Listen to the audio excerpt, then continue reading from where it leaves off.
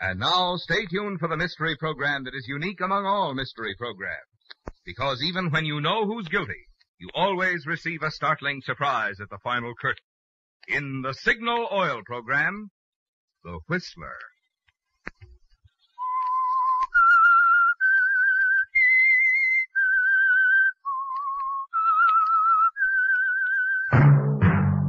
Signal, the famous Go Farther gasoline, invites you to sit back and enjoy another strange story by The Whistler.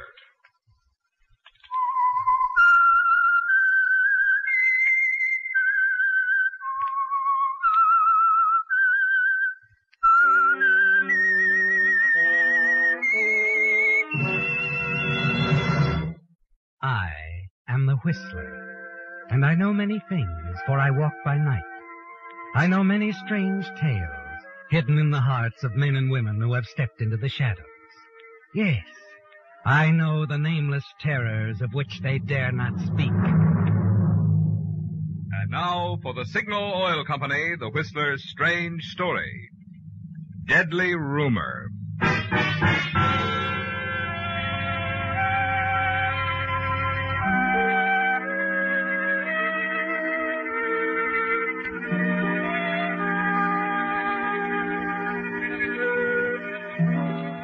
It was quiet in the Holbrook home. Upstairs, a doctor and nurse stood near the foot of the bed. The nurse who had attended Frances Holbrook for many months. She appeared stunned and confused at the doctor's verdict. I just can't believe it, Doctor. That she could take her own life after we've worked so. Struggled to bring her back to health. Mrs. Holbrook was more than an invalid, Lillian. She was tired. I can believe it. Mr. Holbrook, he'll be terribly shocked. I think it will be easier if you tell him, Lillian. It will be gentler that way. I'll go downstairs. Call his office. I'll wait. Tell him to come at once.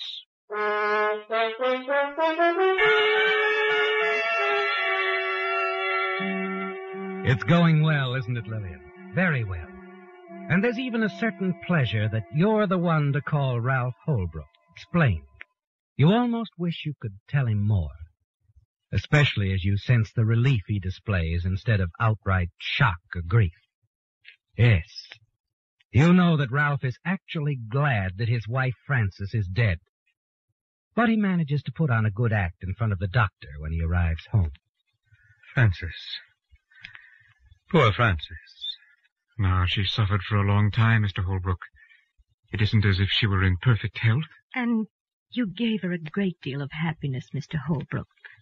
Thank you, Lillian. You'll excuse me now. I've got to fill out my report. Suicide. You've got to put that down? Mm-hmm. Overdose of sleeping tablets.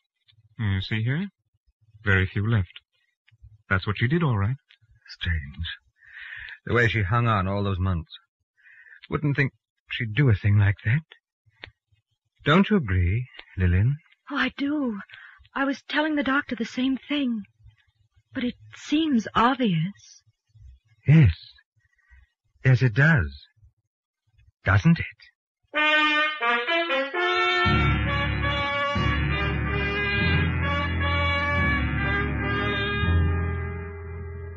He said it strangely, didn't he, Lillian? And in the days that follow, you wonder about Ralph.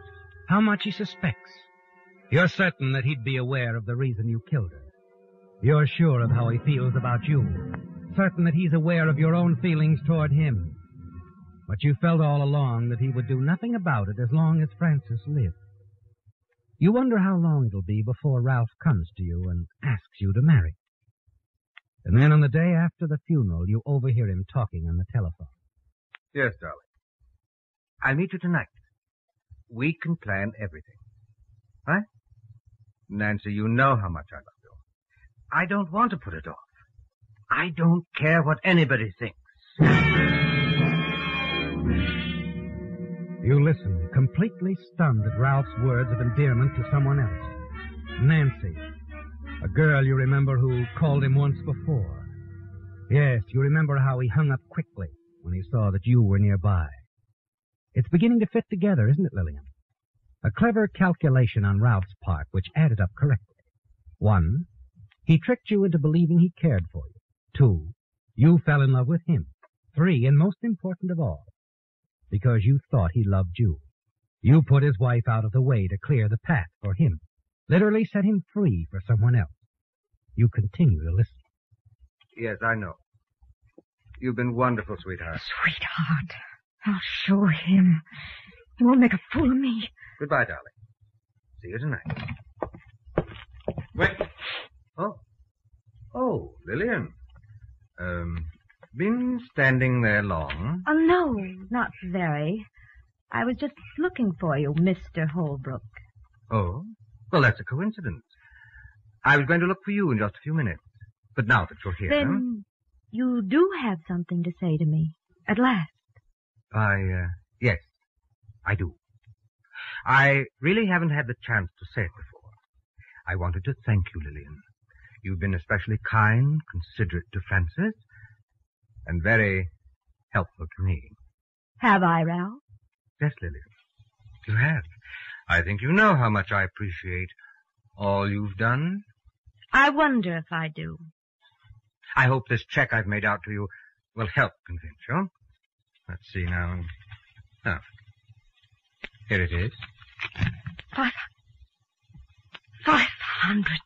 I insist you accept it. After all, you were so much more than just Francis' nurse. I thought I was. I tried to be. So much more. You were splendid, really. Now, I imagine you'll be leaving some new job. Is that what you want me to do now? Leave? Why, what else, Lillian? I don't need... You don't need me anymore. I've served your purpose. My dear Lillian, I can't imagine what you're talking about. Can't you? I think you can. I didn't imagine it, you know. You did lead me on. You wanted me to think you were in love with me. Wanted me to think that if anything happened to Francis, we'd be together someday. You wanted me to... You wanted her to die.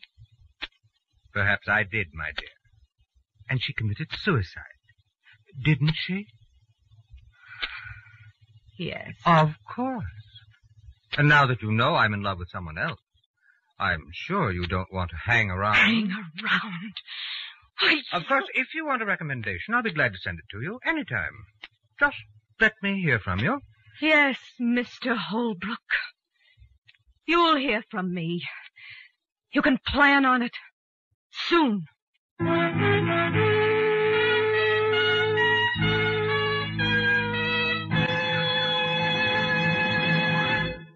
Tonight I'd like to have a little chat, especially with you drivers who buy just any brand of gasoline that happens to be convenient, because you think gasoline is gasoline. You'd change your mind in a hurry if you'd spend some time around Signal service stations, as I do, listening to comments of regular Signal customers. You'd hear them telling about records they've kept, which prove the good mileage that has made Signal famous as the Go Farther gasoline. You'd hear them bragging about their car's performance, its lively getaway, and the smooth, quiet way it walks up those steep hills in high since they switched to Signal. What's more, there are now so many drivers like this who won't be satisfied with anything less than Signal. This summer has been by far the biggest summer in the entire history of Signal Oil Company. Well, friends, when a gasoline is increasing so in popularity, it seems to me you just naturally want to find out what it is about that gasoline which makes drivers prefer it. There's no better time to find out than with your very next tankful of gasoline. And no better place to get it than at the next Signal station you see.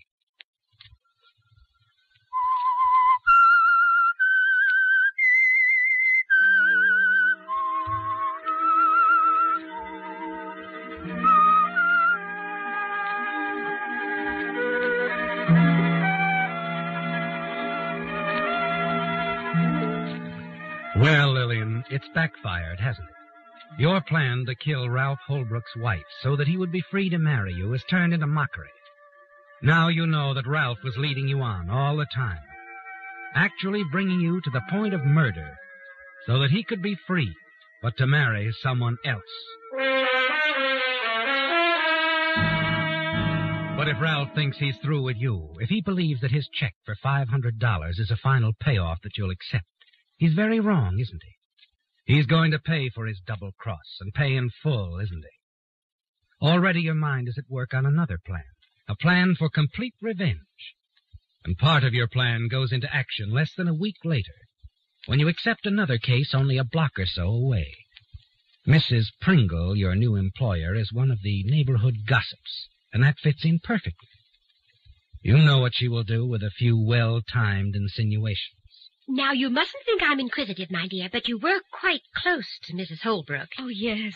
She was a fine woman. Very patient, in spite of her suffering. Well, now, I was just thinking, someone who'd stood so much pain so patiently, well, it seems rather strange that she'd suddenly decide to do away with herself. Oh, Mrs. Pringle, I wish you hadn't brought that up. Oh? I shouldn't talk about it. Shouldn't even think it, but... Yes? Well, I've so often thought that Mr. Holbrook, that he... No, I shouldn't say this. Oh, do, please do. Oh, you know I wouldn't breathe it to a soul. You thought what about Mr. Holbrook? Well, he always seemed so kind and so devoted, and poor Mrs. Holbrook, she adored him so. Yes, poor thing. Go on, dear. Well, like I say, he seemed devoted, but I wondered if maybe she hadn't discovered something about him. Discovered something? You mean something like another woman? Oh, I shouldn't say it. Still, she did change. She wasn't cheerful. Kind of quiet, deep in thought, just toward the end. Mm-hmm. Did you ever hear them quarreling? Oh, Mrs. Pringle, really, I don't think we should talk about it. Oh, my dear, it's just conversation, just idle conversation. We're just supposing, now aren't we? Yes, we are. And you won't repeat or even suggest that I've thought such things, will you? Oh, my dear, you know I won't. Why, I wouldn't think of it. Let sleeping dogs lie, I always say. Yes. I'm glad that's what you always say.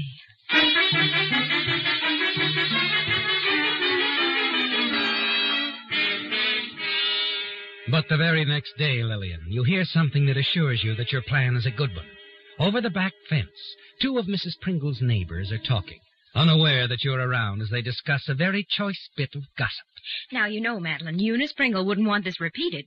And she swears that new nurse she's hired doesn't even realize the import of her remarks. But Eunice managed to draw out some very interesting items. Really, Louise? Such as what? Such as the fact that Mrs. Holbrook's death might not have been by her own hand. You mean? I mean her husband. No. Yes.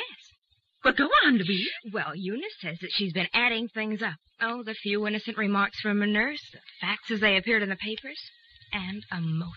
Motive? Oldest motive in the world. Another woman. No. Yes. Younger and prettier. I'll bet she's the one I saw him with the other day.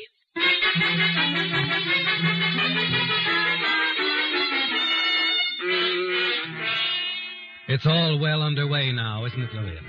And you're only waiting for Mrs. Pringle to take the final bold step, bring it out into the open.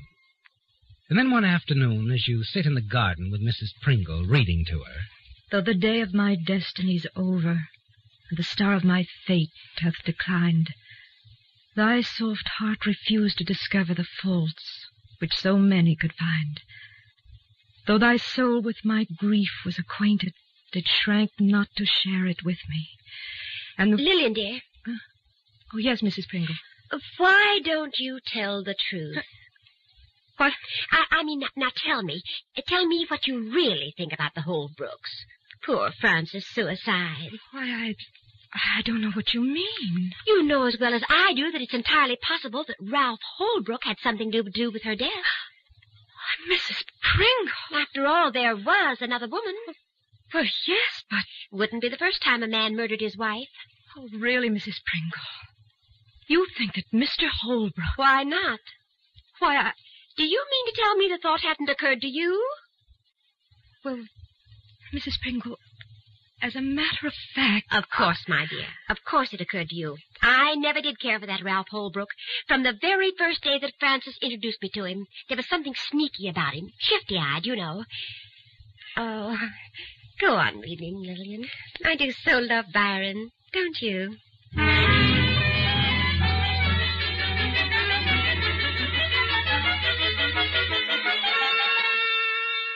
It's building, isn't it, Lillian? The case against Ralph Holbrook, and you're pleased. It's going exactly as you planned, thanks to Mrs. Pringle. Later that afternoon, several of the neighborhood ladies drop in for tea. You note the excited whispers, the glances they exchange. And now you're certain that in a matter of hours, the latest rumor about Ralph Holbrook will spread through town like wildfire.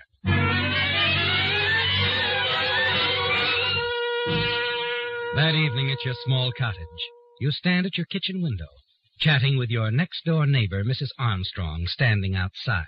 Well, I've always thought it rather queer all along, dear. You see, I knew Frances Holbrook quite well, and it just seemed odd to me that she'd ever consider suicide. Oh, I don't know, Mrs. Armstrong. It's rather difficult to tell about things like that. Even so, my dear, I just can't bring myself around to believe that Frances Holbrook would take her own life.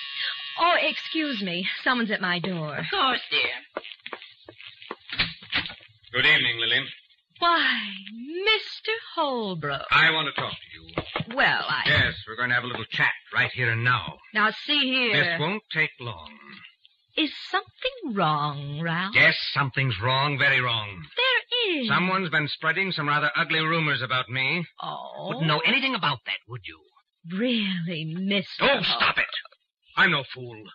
You've been feeding your patient, that Gabby, Mrs. Pringle, a lot of lies about me, and she's been spreading them all over town, and I don't like it.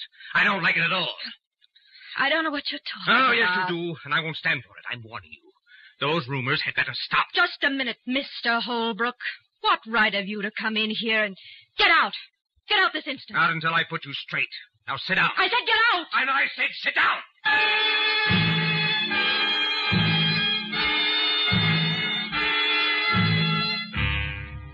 You're frightened, aren't you, Lillian, as Ralph grabs you by the shoulders and shoves you down into the chair.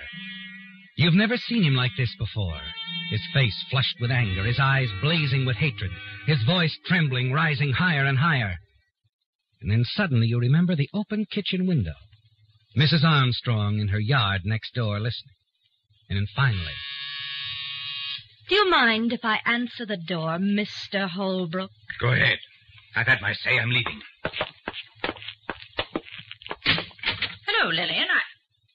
Oh, good evening, Mr. Holbrook. Mrs. Armstrong, excuse me. Couldn't help overhearing him, my dear. I was worried, afraid he might harm you.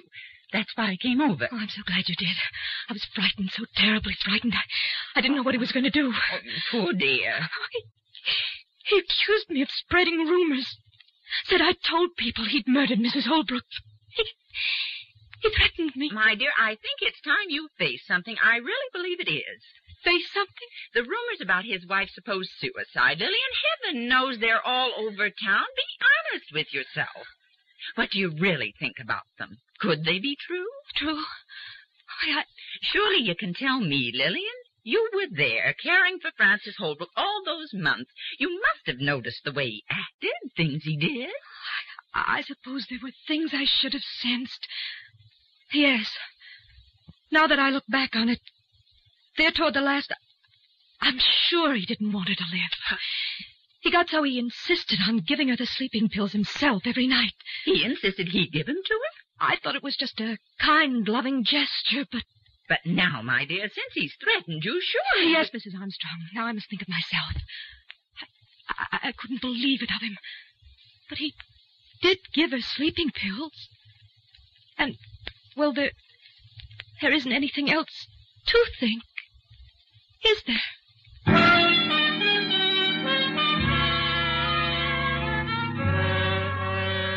It's all happened naturally enough, hasn't it, Lillian? A bit more suddenly than you'd planned, but Ralph's surprise visit, his angry threats Mrs. Armstrong overheard.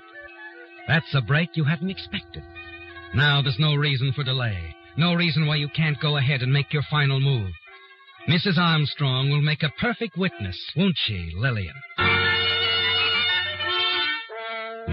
An hour later, you arrive at the Holbrook home, park your car a safe distance away, and find the house in total darkness. Hurry around to the rear entrance. And then, using the key Frances had once given you, the key you neglected to return when you left the Holbrook house, you slip inside. You make your way along the downstairs corridor. Then, inside the study, you find what you came for. Ralph Holbrook's gun in the desk drawer. You slip it into your coat pocket. And then a wave of panic sweeps over you as you hear Ralph's approaching footsteps. You glance around the room frantically, and then slip behind the window drapes an instant before the study door opens. And then Ralph dials a number on the phone. Hello, Nancy? Oh, well, may I speak with Miss Nancy Arnold, please? What's that? But I've been trying to reach her all day. I see. Any idea when she'll be back? All right. All right? No message. I'll call her later. You wait in the darkness and hear Ralph's footsteps on the stairs. And then when you hear the bedroom door close, you slip into the corridor, out the rear entrance, and race back to your car.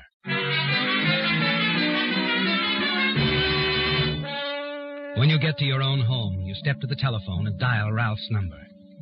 As you wait for him to answer, you stare at the gun, his gun, lying on the table beside you. Hello? Mr. Holbrook? Yes? This is Lillian Parker, Ralph. I must see you right away. We've nothing further to discuss, Lillian. Please. It's very important. What's it all about? Well, since you were here, I've thought it over. And I've decided to leave town. Oh? I could stay here and make a lot of trouble for you, but that wouldn't be smart. I'm glad you see it that way. Oh, don't get me wrong, Ralph. You're not frightening me one bit, you know. It's just that I happen to be a little low on funds. I've some bills to pay, some things to buy, including a plane ticket to New York. I see. I wouldn't need much. A few thousand. I'd never come back. Surely it would be worth it to you. Yes, it would be worth it to me. I'll stop by the office and get the cash, and I'll be right over.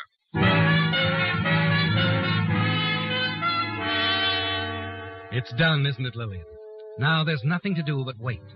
You pace the floor of your living room, and as the minutes tick by, you grow more and more confident, certain that your plan won't fail.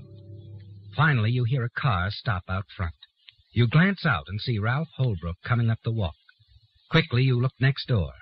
Mrs. Armstrong's lights are still on. Ralph's loaded gun is in your jacket pocket as you answer his knock on the door. Well, Lillian? Come in, Ralph. Come right in. I came as soon as I could. I hope you're ready for me. Believe me, Mr. Holbrook, I am ready for you.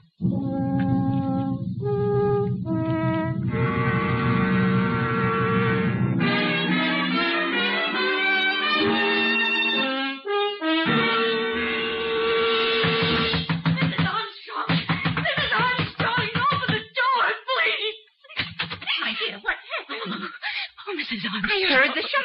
I was just getting into my robe. It's Ralph Holbrook. He tried to kill me. We struggled for the gun. I think he's dead.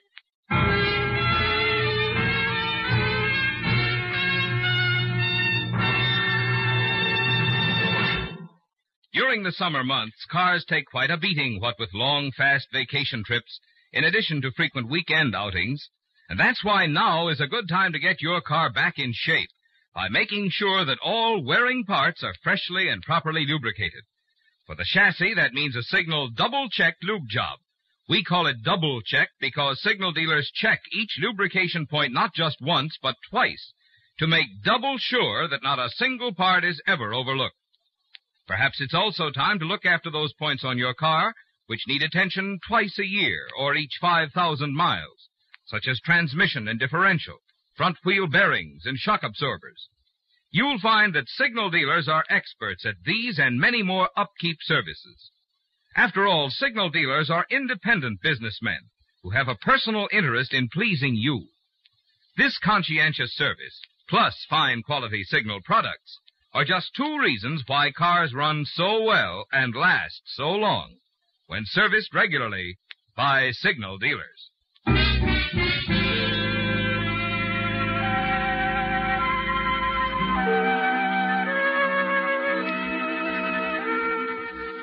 It's over, isn't it, Lillian? Ralph Holbrook is dead, just as you planned. You killed him with his own gun in your home. And then racing across to Mrs. Armstrong's house next door, you sobbed out the story that he had tried to kill you. Minutes later, the police arrived. You saw them across the way moving around in your home. Now they're back in Mrs. Armstrong's living room. And you've told them your version of the tragedy. You say, Miss Parker, that he offered you money to leave town?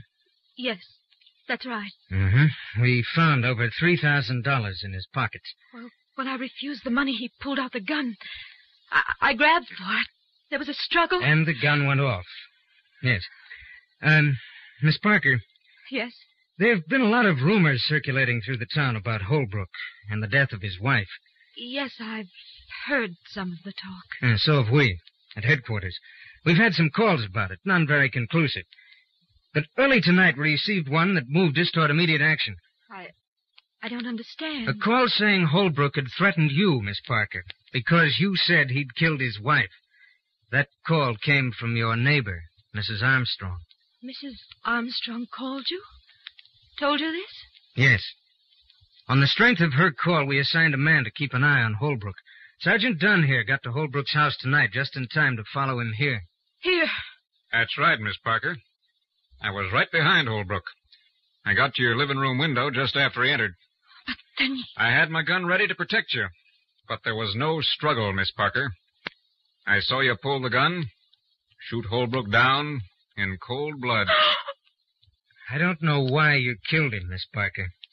But I'll bet whoever started these rumors about Holbrook had no idea they'd turn out to be so deadly.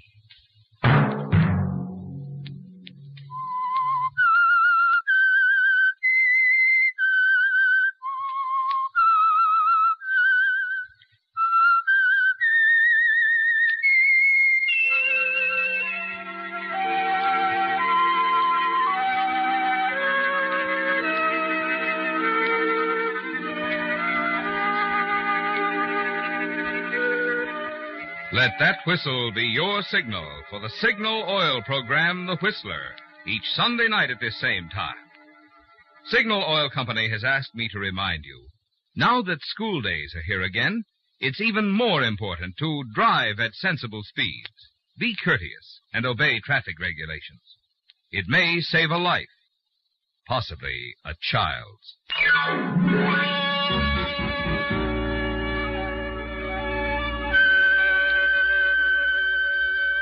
Featured in tonight's story were Bill Forman, Gene Bates, and Ted Osborne.